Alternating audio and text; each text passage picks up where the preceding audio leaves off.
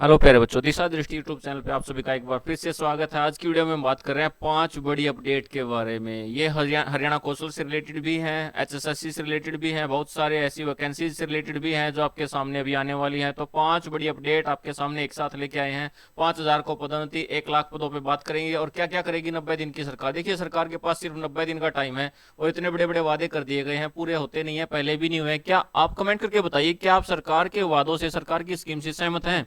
अगर है तो यस और नो करके कमेंट करके बताइए, ताकि पता चले लोगों को क्या लग रहा है। क्या ये जो अभी भर्तियों के लिए बोला जा रहा है, 1 लाख पदों के लिए बार बार बोल रहे हैं 50,000 60,000, क्या ये पूरे होने वाले हैं? क्या आप सहमत हैं इनकी घोषणाओं से? देखते हैं यहाँ पे क्या बड़ी बड़ी अपडेट। यहाँ पे 5 बड़ी अपडेट है। सरकारी विभागों में 1 लाख से अधिक नियमित पद खाली। सबसे पहली बात यहाँ पे बात करते हैं। देखिए, 1 लाख से अधिक नियमित पद यहाँ पे, यानी जो पक्की वैकेंसी है उसके लिए 1 लाख से अधिक पद खाली है। हरियाणा सरकार के विभागों में 1,08,000 पद रिक्त है। देखिए, पूरा नहीं पढ़ेंगे इसको, मेन मेन बातें कर लेते हैं। यहाँ देखिए, यहाँ पे करीब लगभग यहाँ पे 60,000 पदों के लिए भर्ती प्रक्रिया करने के संकेत भी दिए गए, यानी 1 लाख में से 60,000 के लिए भर्ती प्रक्रिया पूरे करने के संकेत दिए गए। और यहाँ पे बात करें ना, अलग अलग डिपार्टमेंट की अलग अलग भी बताए गए। यहाँ पे देखिए, अगर आप कंप्लीट पढ़ना चाहते हैं तो इसको देख सकते हैं।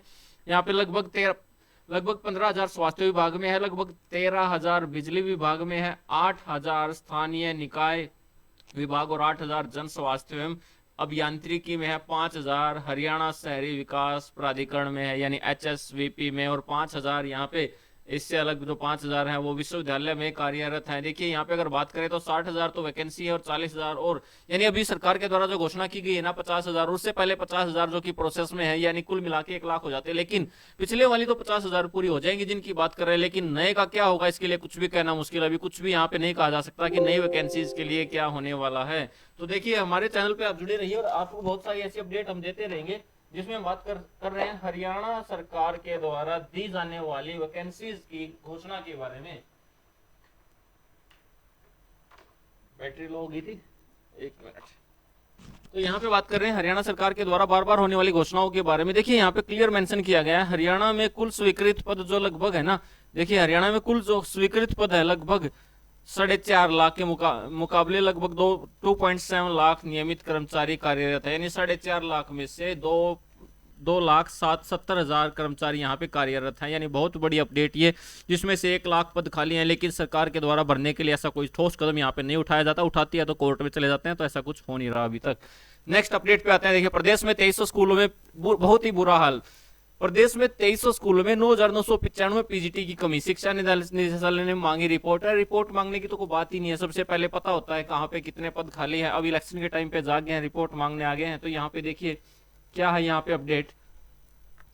अब यहाँ पे बात करते हैं नू मेवात में सर्वाधिक। नू मेवात में बात करें तो 1,003 पद खाली है। एचकेआरएन के से भर्ती शिक्षक नाकाफी, यानी एचकेआरएन से भरने के बाद भी शिक्षकों की कमी। देखिए, यहाँ पे आप डिस्ट्रिक्ट वाइज देख सकते हैं, मैं सभी की बात नहीं कर रहा हूँ। यहाँ पे एक एग्जांपल लेते हैं, मान लो अम्बाला की बात करते हैं। स्वीकृत पद है 1514, उसमें से नियमित टीचर उनके पास है 978, गेस्ट टीचर उनके पास 108 और कुल हो गए 1,098, उसमें से 13 यहाँ पे एचकेआरएन के भी है। रिक्त पद जो बच गए 403। देखिए, यहाँ पे सारे रिक्त पद कितने हैं, ये 9,995 रिक्त पद यहाँ पे कंप्लीट रह जाते हैं, जिनके बारे में शिक्षा विभाग में भरा जाना है। और ये इस पे रिपोर्ट के बाद रिपोर्ट मांगते रहेंगे। इसके बाद कुछ होने वाला इतना ज्यादा नहीं है, क्योंकि शिक्षक भर्ती पहले से पेंडिंग। और आपको पता होगा 7471 जो वैकेंसीज है उनके लिए अभी तक कोई ठोस कदम नहीं उठाया गया है।